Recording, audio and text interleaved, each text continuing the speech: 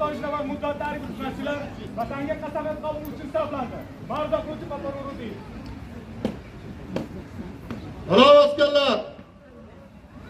Assalom! Erkin! Erkin! Andiya. Davom chiqadi.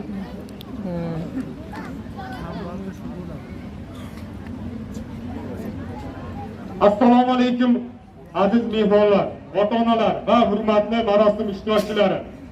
Mustaqil yurtimizda tinchlik hukmron surayotgan shunday qutlug' kunlarda biz yana bir ajoyib o'ziga xos an'anaga vatanga qasamyod qabul qilish marosimida guvoh bo'lmoqdamiz.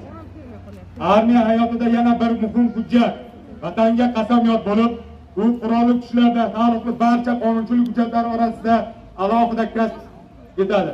Vatanga qasamyod harbiy xizmatchining ona vatan xalqi prezidentiga bergan ontidir.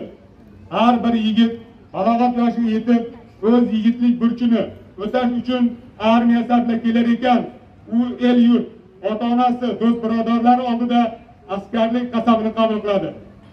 Ushbu barpo etilgan vatanga qasamyod monumenti qarshisida tantanali qasamyodni qabul qilayotgan yigitlar ham buyuk ajdodlarimizga munosib voris bo'lishga shaylangan.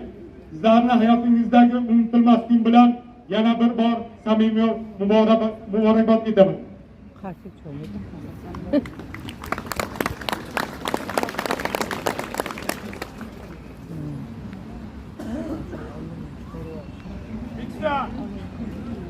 Osman, vatanga qasamyod qabul qilish uchun belgilangan joyga qadam. Bos!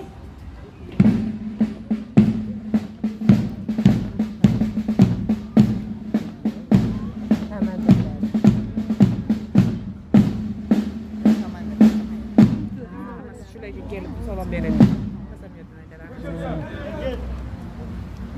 Bizaniki orqaga qolib ketmaganmisa bo'laydi ish qilib.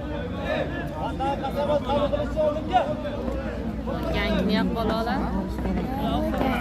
Mana erodan Mamma.